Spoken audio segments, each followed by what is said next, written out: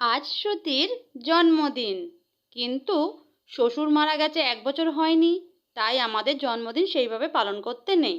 তাই ঘরোয়া একটু কেক বানিয়ে ছোট্টভাবে শ্রুতিকে একটু আনন্দ দিয়ে অনুষ্ঠান করলাম। আর তার জন্য নিমন্ত্রণ কাউকেই করিনি, তবু শ্রুতির মাম্মি মিমি ওকে লাল পিঙ্ক কালার জামাটা দিয়েছে, আর এটা ওর বাবা দিয়েছে, ইয়েলো কালার ড্রেসটা ওর বাবাই দিয়েছে।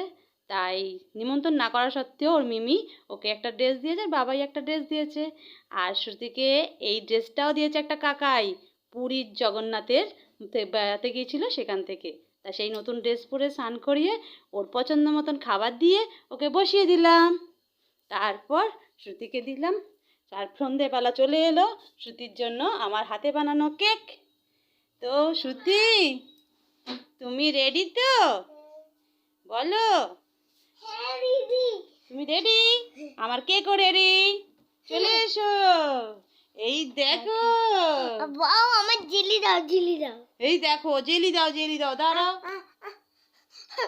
করে না, মোমবাতিটা দেখো, মোমবাতিটা নেভাবে না, জন্মদিনে মোমবাতি নেভাতে নেই, তাই না মামা? জেলি খাবো। দেখো এই কেকটা, দেখো ওর কেকটার মধ্যে ওই জেলিগুলো নেওয়ার জন্য লাফালাফি করছে। ও জেলি তো মুখে পুরেই দিল। দেখো এবার কেকটা দেখে নাও।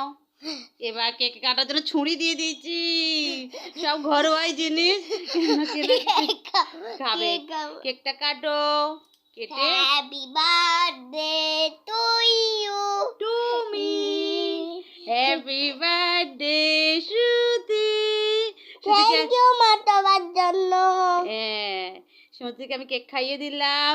শ্রুতি, কেকটা কেমন হয়েছে মা? দারুণ, মুখে কেক আছে করছে। তোমরা সবাই ওকে শ্রুতিকে আশীর্বাদ করো, শ্রুতি যেন বড় হয়, বুদ্ধিমতী হয়, ভালোভাবে পড়াশোনা করে মানুষের মতো মানুষ হতে পারে। এই দেখো শ্রুতিও তোমাদের কেক খাইয়ে দিল। খাও খাও খাও। চলো।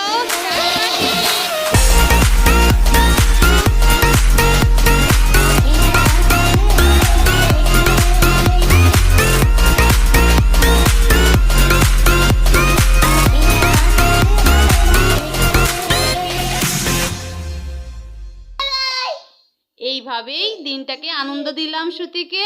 আশীর্বাদ করো সবাইকে, পরের বছরে যেন ওকে আরো বেশি আনন্দ দিতে পারি। নিমন্ত্রণ করতে পারিনি বলে কেউ এবছর আসেনি শ্রুতিকে উইশ করতে, তো পরের বছর আবার দেখা।